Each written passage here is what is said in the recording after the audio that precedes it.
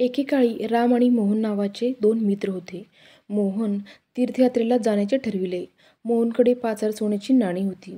त्यांनी सर्व सोन्याची नाणी एका मडक्यात ठेवली आणि त्यात वरून बिया टाकल्या, जेणेकरून संपूर्ण मडक्यात फक्त बिया आहे असे दिसत होते. हे मडके घेऊन तो रामच्या घरी गेला. मी माझ्या कुटुंबासह तीर्थयात्रेला जात असल्याचे त्याने रामला सांगितले. मला 1 वर्ष लागेल. मी परत येईपर्यंत हे मडकं तुझ्याकडे ठेव. रामने मडकं सोबत ठेवून 1 वर्ष उलटले, पण मोहन तीर्थयात्रेहून परतला नाही. मडक्यात काय आहे हे जाणून घेण्यासाठी रामने संपूर्ण मडके रिकामे केले. जेव्हा त्याला मडक्याच्या तळाशी सोन्याची नाणी सापडली, तेव्हा त्याला खूप आनंद झाला. त्याने सर्व सोन्याची नाणी घेतली.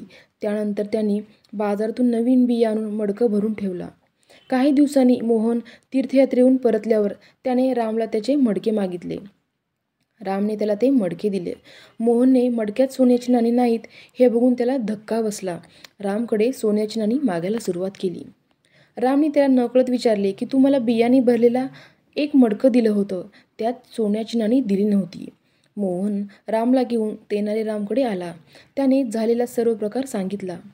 तेनालीरामने मडक्यातील बिया पाहिल्या आणि सांगितले की 1.5 वर्षापूर्वी तू रामकडे मडकं सोडलं होतं, पण या बिया नवीन दिसत आहेत. रामने तुझ्या मडक्यातून सोन्याची नाणी काढली आणि बाजारातून आणून त्या नवीन बिया टाकल्या.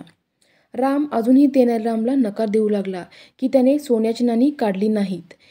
तेनालीने रामला सांगितले की आता तुम्हाला 1000 सोन्याची नाणी मोहनला परत करावी लागतील. हे ऐकून राम आश्चर्याने म्हणाले की अरे पण का?